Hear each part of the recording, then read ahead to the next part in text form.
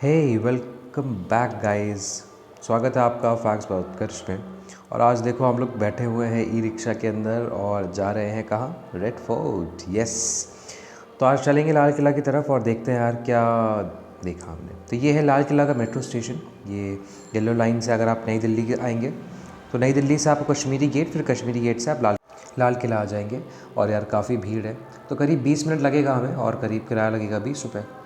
तो ये है पूरा यार लाल किला और ये देखो बहुत सुंदर लग रहा है। तो यहीं से इंडिपेंडेंस डे पे हमारे प्रधानमंत्री जी स्पीच देते हैं। थोड़ा सावधान रहने की ज़रूरत है यार, काफ़ी भीड़ है यहाँ पे। आप जैसे ही मेट्रो स्टेशन के गेट नंबर 1 से बाहर निकलेंगे ना, ये देखो चोरों से सावधान यार, सच में मतलब थोड़ा सा हेक्टिक रहता है।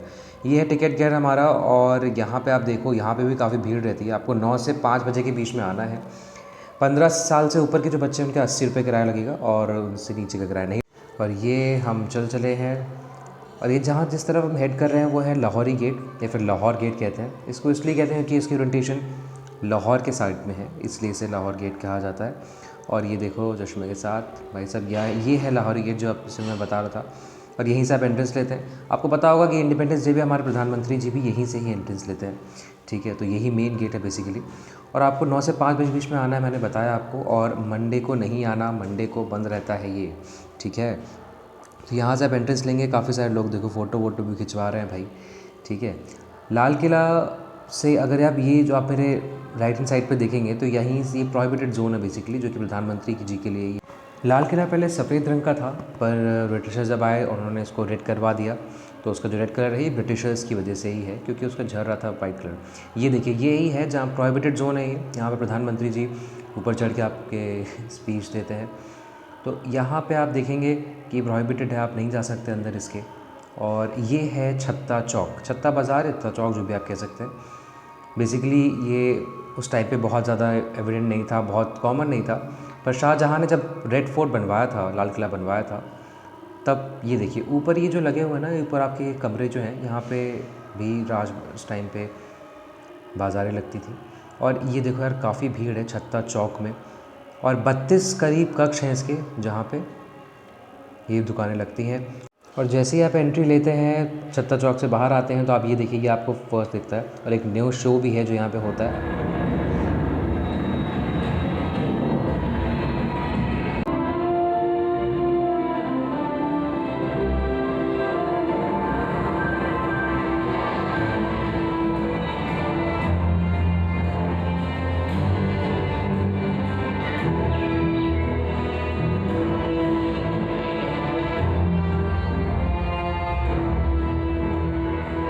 Today, on this glorious bank of Yamuna, the sunshine illuminates my boundary walls.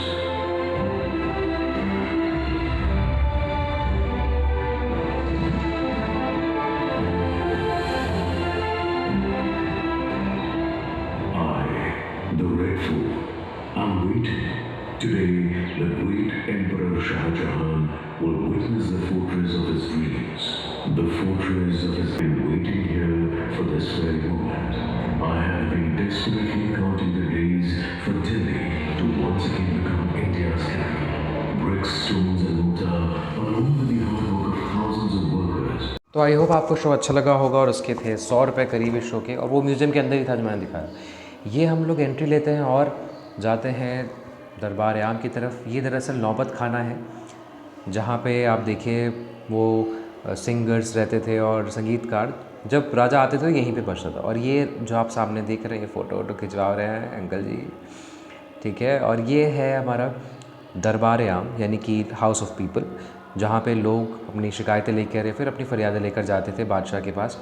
और ये देखो यार काफ़ी, और ये है साइड व्यू इस दरबार आम का, ठीक है, जहाँ पे राजा सुनते थे अपनी प्रजा की बातें या फिर अपने जो लोग हैं उनकी बातें। यहाँ पे सिर्फ कॉमन पीपल्स के लिए ये खुला हुआ था जब उस टाइम पे शाहजहाँ के टाइम पे।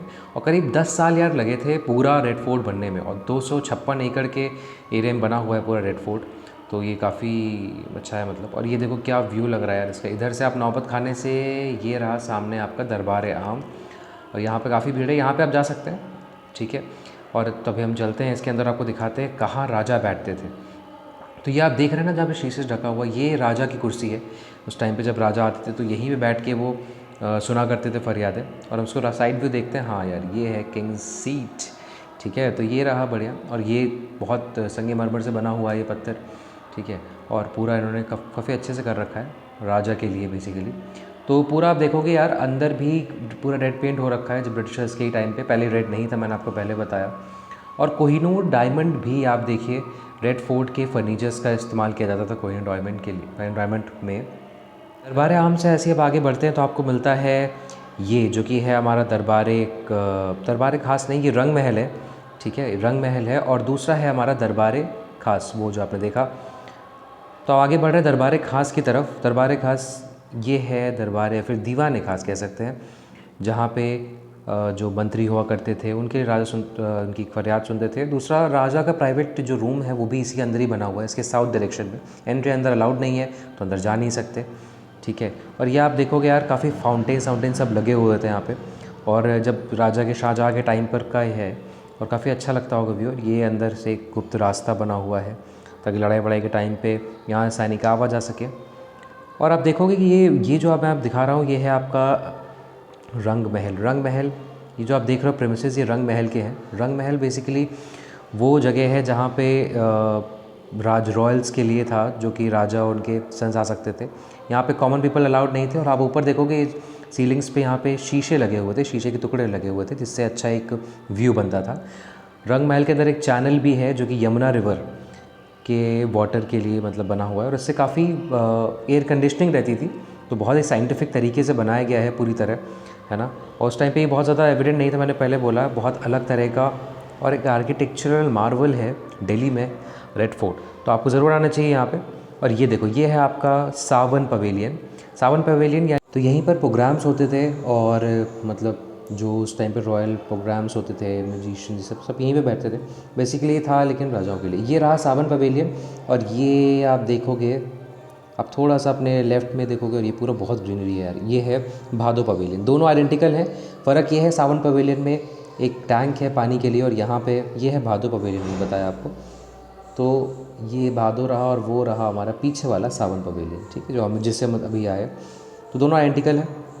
ये म्यूज़ियम्स हैं यार काफ़ी अंदर, और इस म्यूज़ियम के लिए आपको 80 रुपये देने पड़ते हैं, मैंने आपको बताया। वैसे अगर आप सिर्फ मॉन्यूमेंट जाओगे तो सिर्फ 50 रुपये, लेकिन आपको इसके अंदर जाने को नहीं मिलेगा। तो अब अंदर चलते हैं यार। ये है आज़ादी के लड़ाई वाला जो कुछ हमारे कह सकते हैं मेमोरीज़। तो आप देख सकते हो 1919 की ये पूरी कथा है, जहाँ जलियांवाला बाग हुआ था। जलियांवाला बाग में जनरल डायर ने जलियांवाला बाग के अंदर ही लाखों लोगों को मार दिया था, और सिर्फ बहुत क्रूरता से हुआ था ये सब। तो आप देखो अभी जलियांवाला बाग का एक प्रोटोटाइप जो रखा हुआ है, जलियांवाला बाग अमृतसर में है, आप जा सकते हैं वहाँ पे। तो ये रहा एक प्रोटोटाइप जो कि जलियांवाला बाग की तरह ही बनाया हुआ है उन्होंने। और ये म्यूज़ियम के अंदर आप जब जाओगे तो आपको दिखेगा। तो ये हत्याकांड उन्होंने जनरल डायर ने किस तरह से करा, ये सब लिखा हुआ है यार। यहाँ पे पूरा हिस्ट्री के बारे में है, इंडिपेंडेंस की हिस्ट्री। ये खिलजी, मोहम्मद महमूद खिलजी जो थे, उसके बारे में है, और कैसे युद्ध हुआ ये सब के बारे में भी है। अब चलते दूसरे म्यूज़ियम में। तो म्यूज़ियम में यार, दूसरे म्यूज़ियम में आओगे तो आपको मिलेगा ये कुछ नया सा, मतलब अच्छा सा मेंटेन कर रखा है। बेसिकली ये वर्ल्ड हेरिटेज साइट भी है रेड फोर्ट आपका, तो इसलिए मेंटेन भी कर रखा है। और ये देखो, ये डेज़ लिखा हुआ है कि जब से ये हैपेंड हुआ था, 74 ईयर्स हो चुके हैं इस घटना को, जब लाल किले, या फिर तब भी जब लड़ाई वड़ाई हुई थी हमारी फ्रीडम फाइटर्स की। सुभाष चंद्र बोस के बारे में पूरा ये म्यूज़ियम बना रखा है उन्होंने। सुभाष चंद्र बोस की असली टोपी से लेकर के उनके कुर्सी, अभी सब चलेंगे तब देखते हैं यार, मज़े करो आप भी।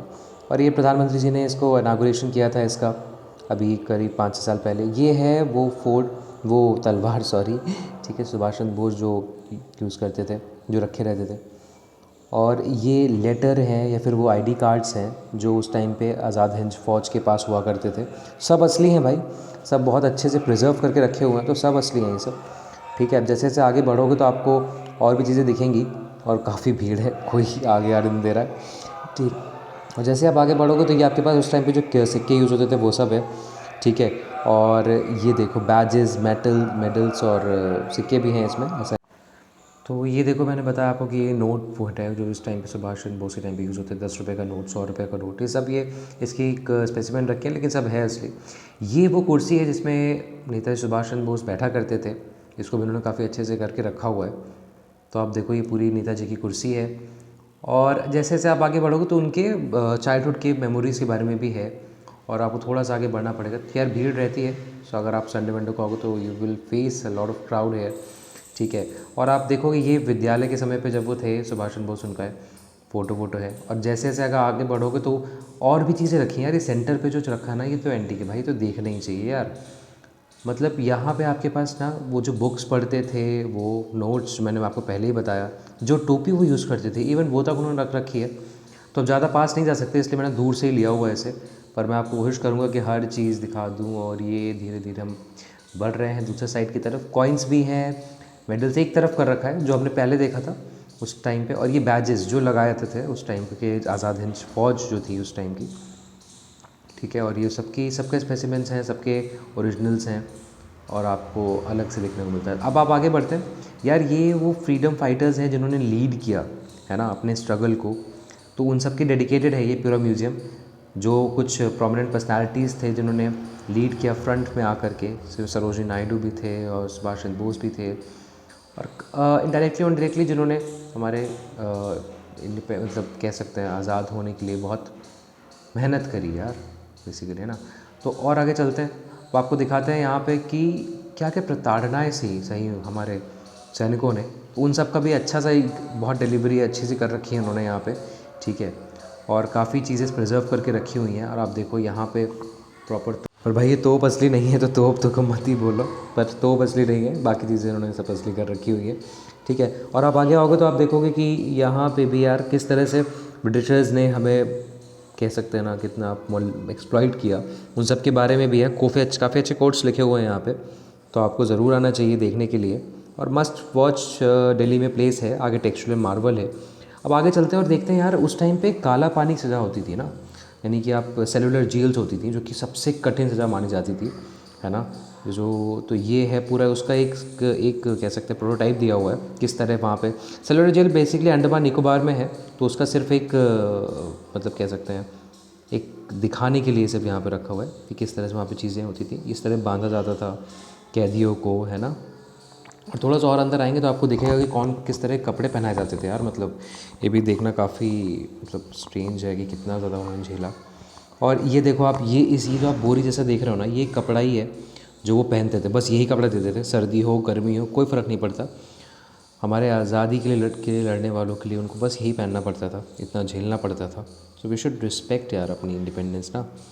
और किस तरह से बांधते थे यार ये लोग, अभी मैंने आपको दिखाया भी, तो बहुत देखना बहुत ज़्यादा डिफ़िकल्ट था, ठीक है।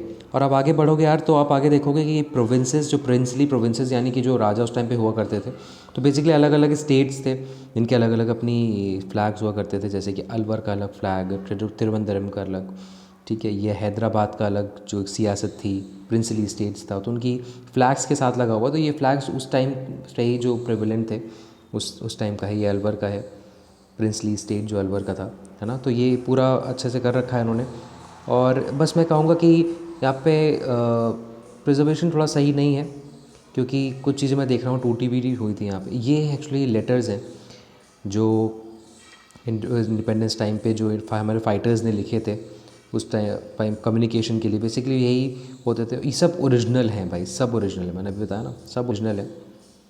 और ये हम नेक्स्ट लेवल पे बढ़ गए, ये उसके अपर फ्लोर पे है, हमने नीचे देखा था अभी, नीचे फर्स्ट फ्लोर था म्यूज़ियम का, ये सेकंड फ्लोर है म्यूज़ियम का, ठीक है। और ये देखो हम इधर से ही आए, और यहाँ पे भारत माता की फ़ोटो लगी हुई है जो उस टाइम पे बहुत ज़्यादा पॉपुलर थी, जिससे एक भावना जगा करते थे हम लोग अपने, है ना, देश की कह सकते हैं। तो और आगे बढ़ोगे यार तो पूरा अच्छे से कर रखा है उन्होंने। और बस कुछ चीज़ों में कहूँगा कि यूनेस्को की वर्ल्ड हेरिटेज साइट होने पर भी कुछ चीज़ें ऐसी यहाँ पे हैं जो कि मेंटेन नहीं है ना। अभी अब जब यहाँ पे आओगे तो आपको दिख जाएगा, पर ठीक है चल रहा है, क्या कर सकते हैं, है ना। We can can't do anything और वी कैन सजेस्ट ओनली। तो ये भी सिर्फ ऐसे ही बनाया हुआ है इन्होंने, स्टैचू बनाया हुआ, बाकी फ़ोटोज़ लगाई हैं इसमें, ऐसा कुछ है नहीं। उस टाइम के स्ट्रगलर्स की फ़ोटो है, फ्रीडम फाइटर्स की फ़ोटो है ना। और ये आप देखिए जो लेडीज़ ने भी हमारे किस तरह से बहुत बढ़ चढ़ के हिस्सा लिया था, है ना। फीमेल्स मेल सब ने ही किया था। तो एक बार आपको झलक मिल जाती है पूरे इंडिपेंडेंस की, किस तरह से क्या क्या हुआ था हमारे साथ, है ना। तो और आगे बढ़ोगे यार आप तो ये देखो काफ़ी अच्छे से पूरा एयर कंडीशनड है, so you will feel very comfort है। चलो ठीक है, बस इतना ही था, चलते हैं और मिलेंगे नेक्स्ट ब्लॉग में।